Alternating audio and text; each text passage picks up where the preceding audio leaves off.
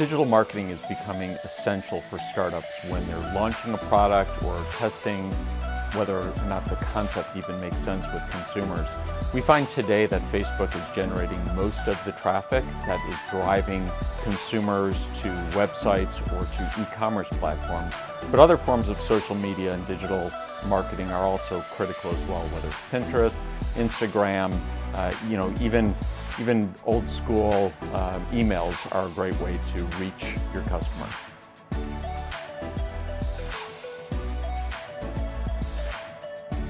Intellectual property is very important for a business, and intellectual property covers a number of different areas. It could be patents on how a product functions, it could be a trademark on the brand or the trade dress of the packaging, it could be a copyright or even a trade secret.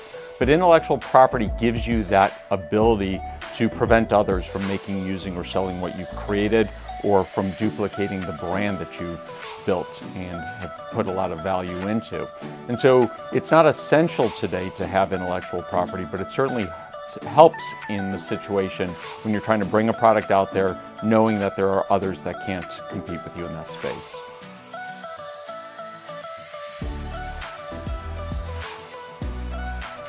Prototyping is an iterative process, and so the misconception is that you build a prototype and then you're done.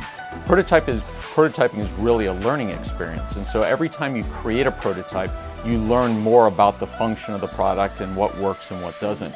James Dyson had 5,127 prototypes before he was satisfied with his vacuum cleaner, and so I don't necessarily recommend that you do that many. But every time you do create a prototype, you're going to learn a little bit more.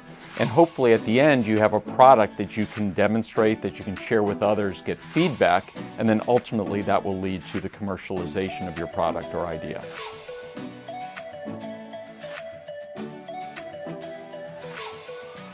At Enventys, we are contacted every day by aspiring entrepreneurs and inventors. We also work with a lot of established companies.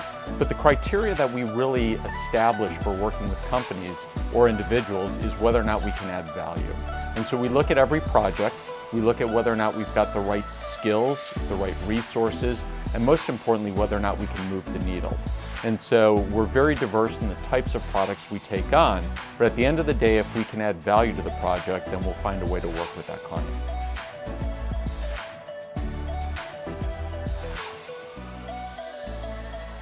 Innovation is alive and well today, and today consumers are always looking for new products and new services. So it's an incredible time to become an entrepreneur because the disruption is coming from startups, and that's where job creation is coming from as well.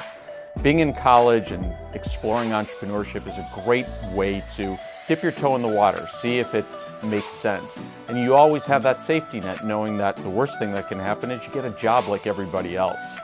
So today, the resources to become an entrepreneur, the resources to learn about startups and successes are here. You learn from your advisors, you learn from your professors, you learn from the successes and failures of others. And hopefully, the research that you do, the experience that you have, and the failures or successes will lead to a positive outcome.